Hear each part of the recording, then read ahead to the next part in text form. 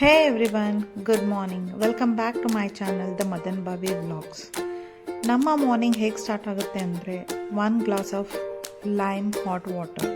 ನಾವು 4 ಜನ ಕೂಡ ಬೆಳಗ್ಗೆ ಎದ್ದಿದ ತಕ್ಷಣ ಬಿಸಿನೀರು ಕುಡಿದ್ಬಿಟ್ಟು ಅದಾದಮೇಲೆ ನಾವು ರಾತ್ರಿ ನೆನೆಸಿಟ್ಟಿರುವಂಥ ಬಾದಾಮಿಯನ್ನು ತಿಂತೀವಿ.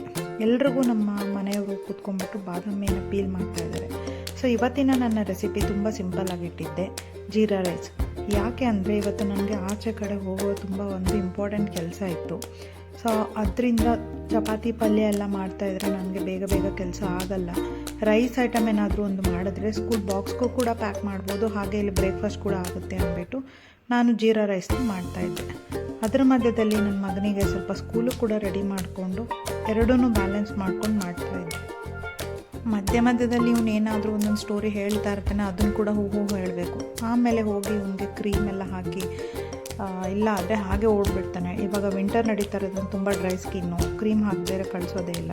ಇವ್ರಿಗೆ ರೆಡಿ ಮಾಡಿಬಿಟ್ಟು ಕುಕ್ಕರ್ ವಿಷಲ್ ಆಗಿತ್ತು, ಅದು ಆರೋವರೆಗೂ ನಾನು ಟೀ ಮಾಡ್ಕೊತಾ ಇದ್ದೆ. ಟೀ ಮಾಡಿಕೊಂಡು ಬೆಳಗ್ಗೆ 1 ಕಪ್ ಬಿಸಿನೀರೆಲ್ಲ ಆದಮೇಲೆ ಟೀ ಕುಡಿದ್ರೆ ತುಂಬ ರಿಫ್ರೆಶಿಂಗ್ ಆಗಿರುತ್ತೆ.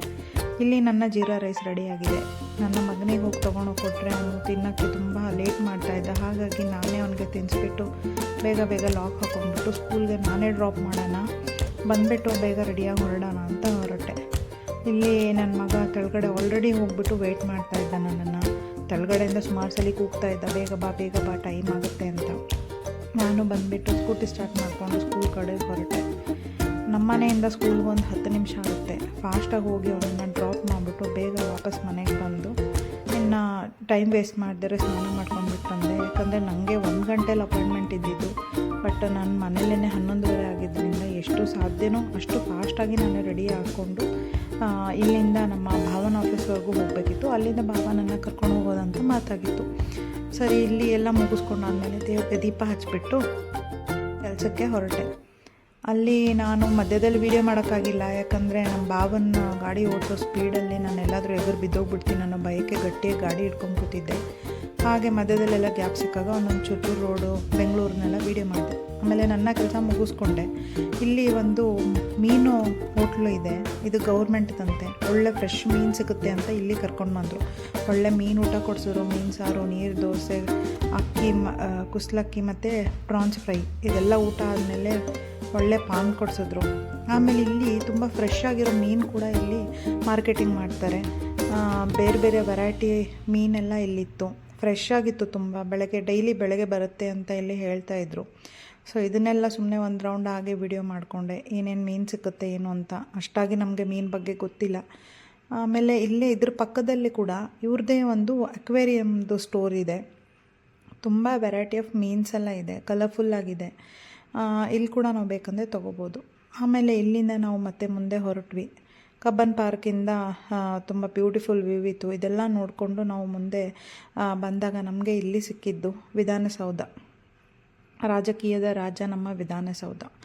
ಹಾಗೆ ವಿಧಾನಸೌಧ ನೋಡಿ ನಾನು ತುಂಬ ದಿನ ಆಗಿತ್ತು. ನಮ್ಮ ಭಾವ ಇವತ್ತು ನನ್ನ ಇಡೀ ಬೆಂಗಳೂರು ಟೂರ್ ಹೊಡ್ಸೋಕ್ಕೆ ಅಂತ ಕರ್ಕೊಂಬಂದಂಗಿತ್ತು. ಸೊ ವಿಧಾನಸೌಧದ ಮುಂದೆ ತುಂಬ ಜನ ಸೆಲ್ಫಿ ಎಲ್ಲ ತೊಗೊತಾಯಿದ್ರು. ಆ ವ್ಯೂನೆಲ್ಲ ನೋಡಿಕೊಂಡು ನಮ್ಮ ಮನೆ ಕಡೆಗೆ ನಾವು ಹೊರಟಿದ್ದಾಯಿತು. ಹೋಗ್ತಾ ದಾರಿಯಲ್ಲಿ ಇವ್ರಿಗೆ ಒಂದು ಸಣ್ಣ ಕೆಲಸ ಇದೆ, ನಂದು ಮುಗಿಸ್ಕೊಂಡು ಹೋಗೋಣ ಅಂದರು.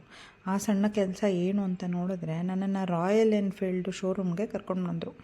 ಸಣ್ಣ ಕೆಲಸ ಅಂತ ನೋಡಿದ್ರೆ ಇಲ್ಲ, ಇಲ್ಲಿ ಇವರು ಬೈಕ್ ಬುಕ್ ಮಾಡಿದ್ರಂತೆ. ನನಗೆ ಇಲ್ಲಿ ಬಂದಮೇಲೆ ಹೇಳಿದ್ರು.